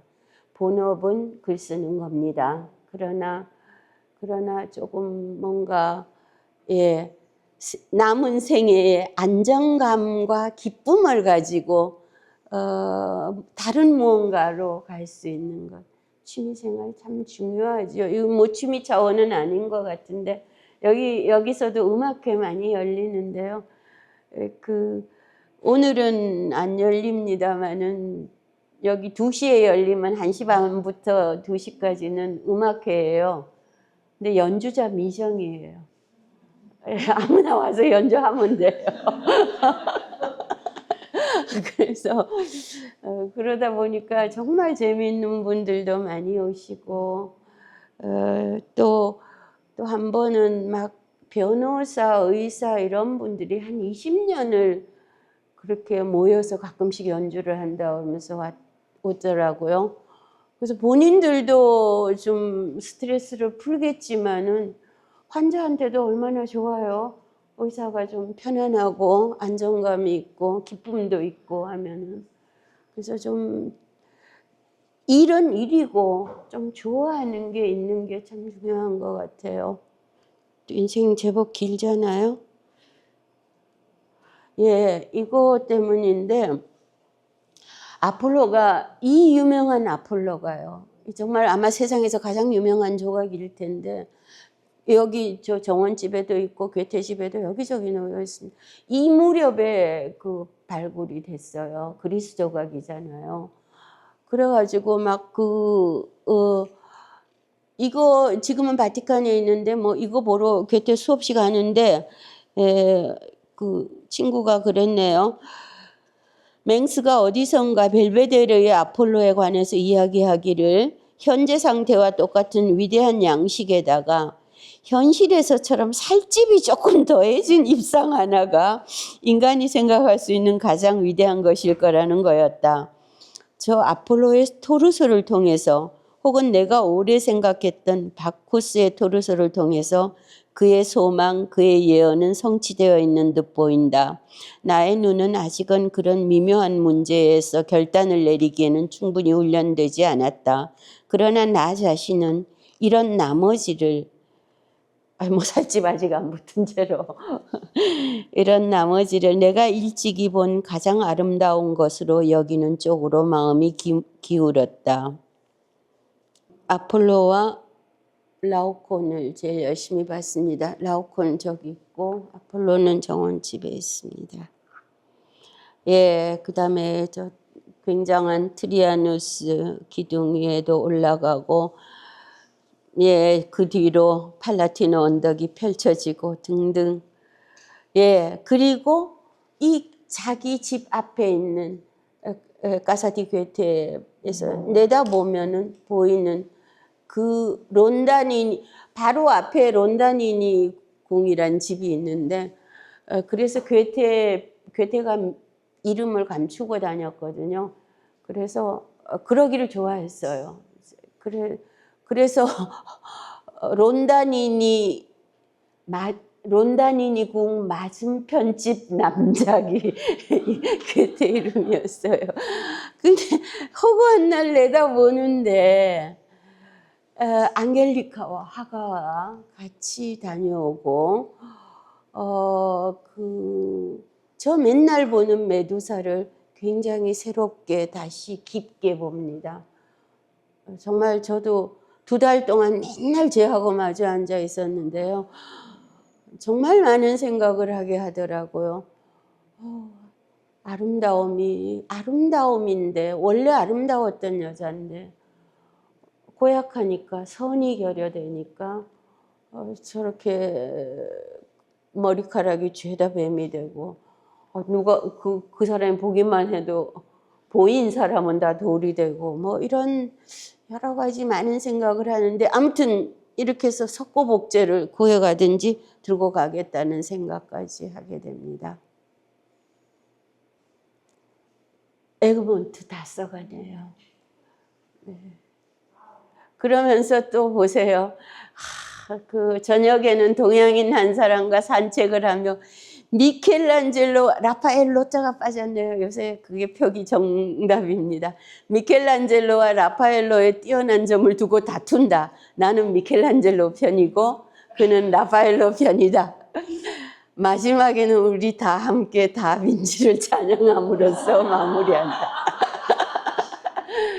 나는 얼마나 행복한가. 이제 이 모든 이름들이 이름이기를 그치고 이 탁월한 인간들의 살아있는 가치에 대한 개념이 차츰차츰 완벽해진다. 그런 상태입니다. 그림도 괜찮지요? 달빛을 좋아해서 달밤을 많이 그렸어요. 저 바이마르 일름 강변에서도 정원집 근처에 달빛을 많이 그리고 연극도 많이 보고요. 당연히 음악도 많이 듣고요. 예. 시인은 자기 작품을 낭송하는데 한편에서는 지배인과 프리마돈나가 시인에게 갈채를 보내고 다른 편에서는 작곡가와 세콘다돈나가 시인을 비난한다. 그러다 마지막에는 모두의 싸움질이 되고 행복하다, 아주 행복하다, 뭐 등등. 아무튼 그 독특한 그 막간극들 이야기를 전해주고요. 에그몬트 사막 드디어 마무리됐고 이제 마무리되었어요. 편지 쓰면서 다음 편지에서는 작품의 결말을 그대에게 알릴 수 있기를 바란다. 달빛은 아까 요 달빛 몇 점을 종이에 올렸다는 건 아까 그 앞에 그림들이고요. 예, 그거 요쪽 그림만 보셔요. 이거 중복이 됐네요. 제우스에서 머리에서 나오는 미네르바, 아테나. 예. 이것저것 많이 배웠어요. 뭐 원근법도 배우고 뭐 여러 가지로 하는데 전해주기에는 좀 시원찮고, 예. 그래서 그림을 엄청 열심히 그렸지만은 역시 비중은 글로 문학적으로 갑니다. 타소가 이제 새해가 되는데 타소가 따라오고 파우스트는 마부가 되어 마부 외투를 입고 달려가 나의 도착을 알리게 하겠다. 그렇게 해서 그러면 나는 중요한 시기를 간 것이고 순수하게 끝낸 거고 다시 시작할 수 있으며 필요한 곳에서는 개입할 것이다. 생각이 가벼워진 게 느껴진다. 나는 지난해와는 거의 다른 인간이다. 엄청나게 보고 배우고 인간적으로도 성장하고요. 파우스트는 60년 썼다고 그러지만 평생 네 번 정도에 많이 썼어요. 지금 여기 결정적으로 두 번째. 젊어서 썼던 원 파우스트 그러고 잊고 있다가 이 파우스트를 쓰게 됩니다. 많이 씁니다. 그래서 이 얘기 자꾸 합니다. 나는 정말로 새로 태어났고 새로워졌고 다 채워졌으니까 내 힘의 총계가 합산이 되는 게 느껴진다. 하여 또 뭔가를 행하기를 바란다. 예, 건축도 보고 이것저것 보면서 친구 편지를 시스티나 예배당에서 읽고 또 읽었대요. 요즘은 들어가면 앉지도 못하는데 자기 집처럼 다녀요. 예, 완성되었습니다. 예, 그리고 카이저라는 친구가 왔는데 카이저는 작곡가예요. 또 카이저 때문에 같이 다니면서 또 음악을 많이 여러 가지 뭐 종교 음악들도 많이 듣고 직접 연주를 들으니까 대단하죠. 그래서 카이저도 에그몬트를 위해서 작곡을 했는데 카이저 거 안 쓰고 아시다시피 베토벤 걸 서곡으로 썼어요. 연극 무대에 올릴 때. 친구는 친구고 작품은 작품이죠. 1년 전 오늘 내가 칼스바트를 떠났었다. 어떤 한 해가 갔는가? 또 나를 위해 어떤 특별한 시기였는가? 오늘은 대공님의 생신이고 나에게는 새로운 인생이 시작된 또 하나의 생일이다. 내가 금년을 어떻게 이용했는지 지금은 내 자신을 위해서도 남들을 위해서도 평가를 할 수가 없다. 내가 그대들에게 모든 것을 요약해 줄 수 있는 때가 아름다운 시간이 오기를 희망한다.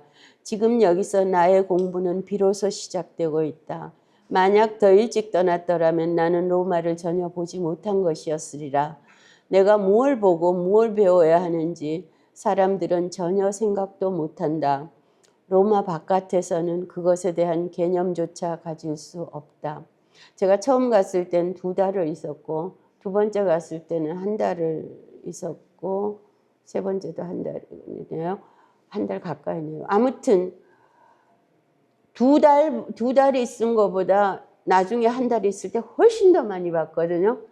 훨씬 더 많이 본 이유가 제 자신도 뭐가 중요한지 좀 알게 되기도 했지만 그때 집주인이 너무 좋아가지고 집주인이 누구였는가 하면 철학 교수인데 제가 처음 가서 있을 때 난데없이 까사디 괴테 원장이 신앙 독해를 하라고 그래갖고 제가 정말로 이태리인들 앞에서 독일어로 쓴 시를 읽는 이상한 짓을 했는데 그때 그걸 들은 분이었는데 반드시 다음에 갈 때는 자기 집에 있으라고 그래서 거길 갔는데 까사디 곁에는 손님 방이 하나밖에 없어요. 저만 맨날 쓸 수 없어서. 근데 이분이 철학 공부만 한 게 아니고 젊어서 생업을 좀 유지해야 돼서 미술관 가이드를 25년을 하신 분이에요. 얼마나 화나겠어요. 그러니까 맨날 오늘 아침에 여기 가라고 자세히 써주고 그래서 훨씬 많이 봤는데 그분 왈 로마는 평생을 봐야 된다. 하루 이틀 뭐 1달, 2달, 1년, 2년 봐서는 안 된다. 그런 얘기를 했어요. 아무튼 2년을 있었기 때문에 그것이 어떠한 시간이었을지 짐작이 좀 되는데요. 이태리 작가가 괴테 동상을 만들어서 빌라 보르게제 공원에 세워놨습니다. 굉장히 큰 저거 사진이 나빠서 그렇지 굉장히 좋은 대리석으로 만든 거예요. 전부 다. 저 위에 괴테고 세상에 그 주위에 전부 뭐 파우스트와 메피스토펠레스도 있고 또 뭐 하프 치는 사람과 민용도 있고 뭐 하여튼 이렇게 괴테 인물들을 좌르륵 해놨어요. 괴테가 너무 미남으로 돼서 조금은 거부감이 그러면서도 이러네요. 저 그림도 괜찮지요, 스케치가. 근데 능력의 범위 바깥에 있는 건 아무것도 다시 기억하지 않아야겠다. 능력 바깥에서는 다만 닳도록 일할 뿐 아무런 열매도 거두지 못한다. 가혹하지만 또 사실이기도 하잖아요. 그래서 그림을 관두기로 열심히 생각을 하는 것 같아요. 그래서 지금 전부 괴테 그린 건데요. 평가는 어떻게 하실지 모르겠어요. 그러니까요, 저 상당히 수련해야 저만큼 그릴 것 같은데. 근데 되겠어요. 맨날 미켈란젤로 보다가, 맨날 천지창조 보다가, 이게 재배 안 되죠. 그리고 맨날 호모 줄줄 외다가 나우시카도 될 수가 없죠. 공부를 정말 많이 했어요. 해부학이 또 본인의 분야라 이게 그냥 그리는 게 아니고 해부학적인 이런 게 들어가니까 잘 그린 것 같아요. 그림도 1400점이 남아 있습니다. 이거요. 예, 이게 완성돼요. 첫 전집 8권. 기가 막히죠. 이게 거의 다 로마 이탈리아 여행 중에 완성이 됐습니다. 어떤 인연이 이렇게 알찰 수 있을지 잘 모르겠는데요. 근데 조금 가늠은 되는 것 같아요. 11년 동안 괴테는 뭐 부자고 재주도 있고 이렇게 생각하시지만 평민이잖아요. 그 조그만 궁정에서 귀족들 바글바글 하는 데서 2인자 노릇을 하고 있었단 말이에요. 그게 쉬웠겠어요? 얼마나 11년을 그러고 나서는 도저히 안 되겠다. 40살 되기 전에 공부 좀 해야 되겠다 하고 도망간 거란 말이에요. 도망가서도 계속 혼자 보기 아까워서 써서 보내고 그래서 이 이탈리아 여행기가 이 이탈리아 여행이요. 여행으로 할지 기행으로 할지 아직 미정인데 이탈리아 여행을 한 30년 뒤에 책을 냈습니다. 그러니까 일기를 엄청나게 써놨고 편지를 엄청나게 보낸 거예요. 그래서 후반부로 가면 편지 보고 이런 게 많이 들어가서 조금 뭐 좋게 얘기하면 하이브리드하고 나쁘게 얘기하면 좀 정신이 없고 뭐 이런데요. 예, 괴테에게 중요한 것 현재예요. 순간이 모두라는 것. 그리고 어떤 이성적 인간의 장점은 본질적으로 그의 인생이 그 자신에게 달려있는 한 이성적이고 행복한 순간을 가능한 한 큰 덩어리로 포함되게끔 저신하는 것에 있다. 순간이 모두인데 좀 행복한 순간의 덩이가 자기 인생에서 크게끔 근데 행복한 순간의 덩이가 자기 인생에서 크자면 처신을 잘해야죠. 처신을 잘하지 않고 행복한 덩이가 클 수가 없죠. 예, 행복한 순간을 가능한 큰 덩어리로 포함되게끔 처신하는 것에 있다. 예, 에그몬트 이제 갔어요. 예.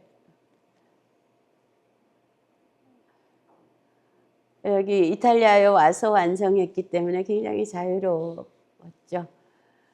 예, 그다음에 또 떠나기 전에 조금 이런 주변에 안 갔던 데 또 좀 가고 그리고 많은 사람들 만나고요. 마지막에 그 카피톨 언덕 위에서 다만 한 번만 모두를 위해 카피톨 언덕 위에서 그 모든 좋은 것들을 보여줄 수 있다면 그것이 내 마음에 남은 소망이다. 그러니까 혼자 보기 아까워서 자꾸 많이 만드는데요. 혼자 보기 아까운 것 중에 하나가 엄청난 묶음으로요. 로마의 카니발을 자세하게 들여서 별도의 책으로 만들 수 있어요. 카니발이 굉장히 추상적이잖아요. 뭐 겪어보지 않은 사람들은. 그런데 세상에 이 책을 사파를 다 그려가지고요. 사파를 다 그려서 손주들도 보게끔 색칠도 다 이쁘게 해서 사람 좀 시켰겠지만은 몇 년에 냈는지 보세요. 1789년에 냈어요. 프랑스 혁명이 나는 해예요. 그래서 시작 부분에 그런 얘기가 있네요. 예, 아무튼 헤아릴 수 없이 많은 사람들이 그 안에서 정말 코르소가는 코르소 거리라는 이름이 비아델 코르소가 대로예요. 그러니까 우리로 치면 남대문에서 경복궁까지인데 그 길이 훨씬 더 길어요. 카피톨 언덕이 끝이고 포폴로 광장이 반대쪽 남대문처럼 끝이고 그런데 거기가 그렇게 큰 가장 중심가인데 그러나 마차가 3대 정도 가는 길인데 건물이 다 이렇게 높이 솟아서 좁은데 거기를 완전히 사람들로 가득 차는데 중요한 점을 지적을 했어요. 로마의 카니발은 백성들을 위해서 누가 열어주는 게 아니고 백성들이 자신이 여는 것이다. 이런 행사라는 얘기를 하면서 온갖 이 그러니까 자유롭게 다 뭐든지 하는 그런 걸 그리고 마지막에는 누구든 우리 인생이란 늘 전체적으로 로마의 카니발처럼 조감이 안 되고 즐길 수 없고 실로 숙고를 요하게 정신이 너무 없어서 이 근심 없는 가면 무리를 뚫고 모든 순간적인 자주 미미해 보이는 인생을 즐기는 것이 중요하다는 걸 상기하시기 바란다. 카니발 나오고 연구 많이 하고 있고요. 지금 탔소도 되고 뭐 많이 돼요. 인생의 총계를 내보고 있대요. 그래서 베르테르의 번역 때문에 사실 조금 누리는 것도 있지만은 그냥 좀 성가셔갖고 가끔씩은 인도까지라도 나를 추적할지 모른다. 전부 다 묻는 게 이게 사실이냐고. 좀 좋은 질문하면 좋은데 그래서 많이 시달리기도 하고 대접도 받는 것 같아요. 그래서 정말 그러면서 잘 알아요. 많은 글을 쓰고 몰아서 일을 하고 생각하느라 머리가 황폐해졌다. 나는 똑똑해지질 않는다. 자신으로부터 너무 많은 것을 요구하고 자신에게 너무 많은 것을 부과하고 있다. 나는 열심히고 만족하고 그렇게 미래를 기대하고 있다. 날마다 내게는 분명해진다. 내가 실은 시예술을 위해서 태어났다는 것. 또 내가 기껏해야 더 일할 수 있는 앞으로 10년 이 재능을 발전시켜 좋은 작품을 써야 한다는 것이 젊음의 불이 내게 큰 공부도 없이 많은 것을 이루게 하였기 때문이다. 나의 비교적 긴 로마 체류로 내가 얻게 될 장점은 미술 수련을 포기하는 것이다.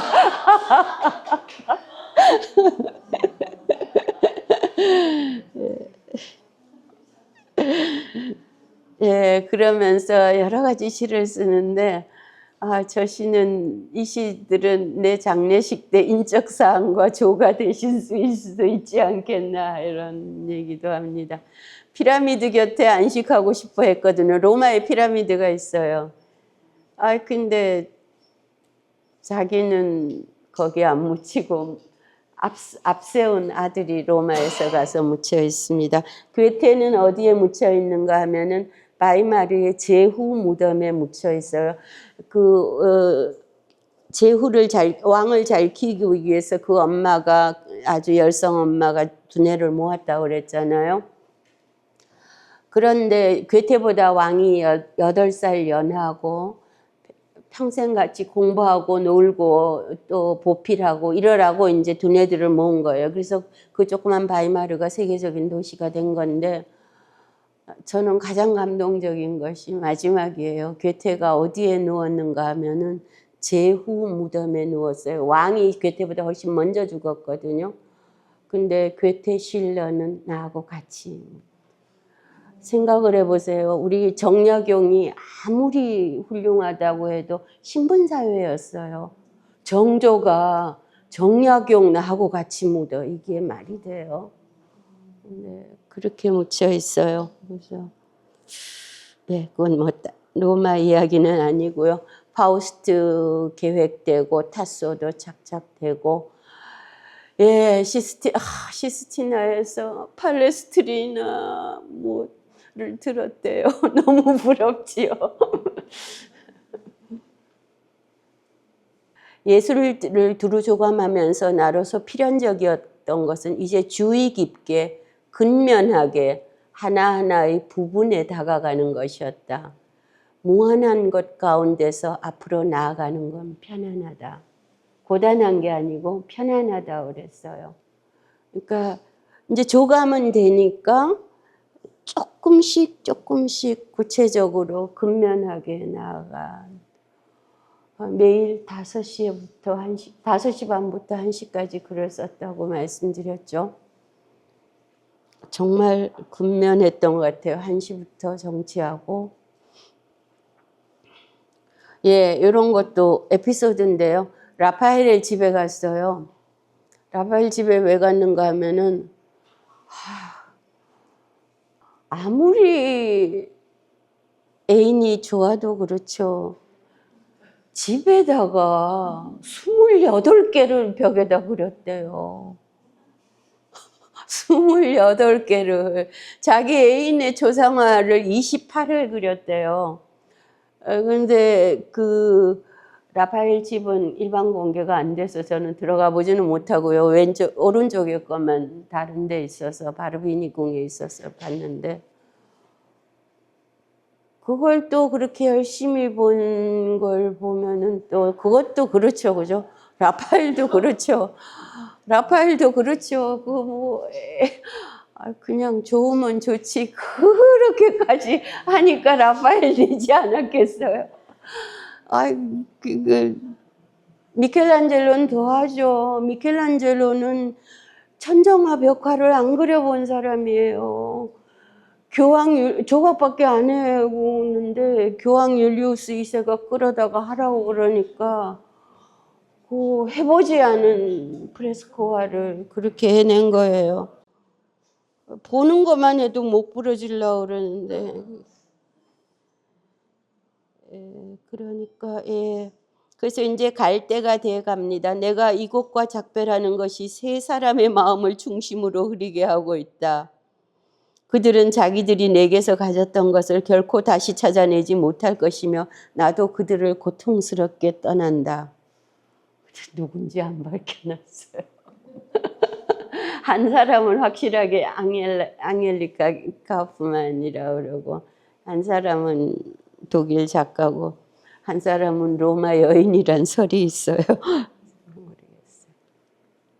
예, 처음으로 나 자신과 로마에서 내가 제일 먼저 한 거는 나를 찾아내서 처음으로 나 자신과 한마음이 되어 스스로 행복하고 분별 있게 되었다. 그런 사람이 된 나를 세 사람이 다양한 의미와 정도로 알았고 차지했고 누렸다. 예, 공부 많이 했다. 바라던 기간이 끝나 이제는 마무리가 되었다. 탄탄한 걸음으로 앞을 향해 걷던 궤도 하나를 느닷없이 떠나야 하는 것이 늘 특별한 느낌이긴 하지만 그건 따라가야 하고 너무 법석을 떨 필요는 없겠다. 모든 큰 이별에는 광기의 싹 하나가 들어있다. 그것을 곱씹으며 품어서 부화시키고 키우지는 않도록 조심해야 한다. 떠날 때는 담담하게. 이만큼은 말할 수 있겠다. 로마에서는 내가 점점 더 행복하게 되었다고. 아직도 하루하루 나의 즐거움이 커가고 있다고. 그리고 내가 얻은 게 아주 많기에 곧바로 떠나야 한다는 게 슬퍼 보인다면 그렇다면 그건 그래도 다시금 내가 참으로 오래 머물 수 있었기에 그런 지점에 이르렀다는 게 크게 안도되는 일이다. 너무나 괴테다운 결론입니다. 우리 작가, 예술가 하면 막 인상 쓰고 괴팍하고 이런 생각 많이 하잖아요. 그건 20세기 표상입니다. 이게 굉장히 좀 뭔가 좋은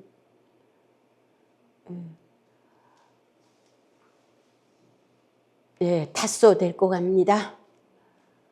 그리고 그 처음에 이탈리아에 닿았을 때도 그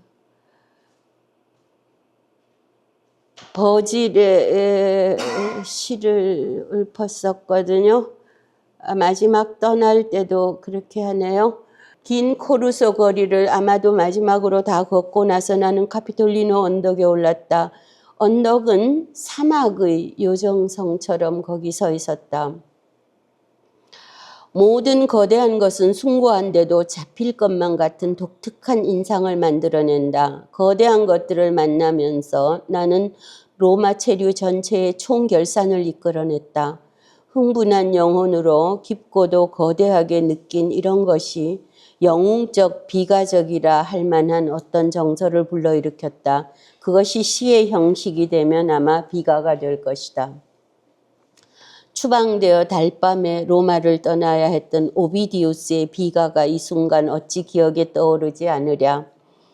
쿰 레페토 녹템 뭐라네요. 그 밤을 거듭 기억하면 저 멀리 흑해에서 로마에서 흑해 쪽으로 추방당했습니다. 슬픔과 애통함에 차 그가 떠올렸던 그 구절이 내 마음을 떠나지 않았다.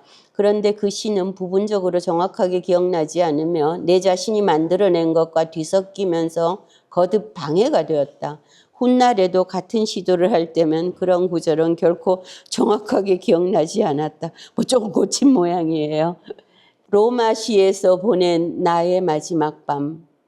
저 밤의 슬프던 그 모습 내 영혼 앞에 어른거리면 많은 소중한 걸 내게 남긴 그 밤을 거듭 기억하노라면 지금도 눈에서 눈물이 흘러내린다.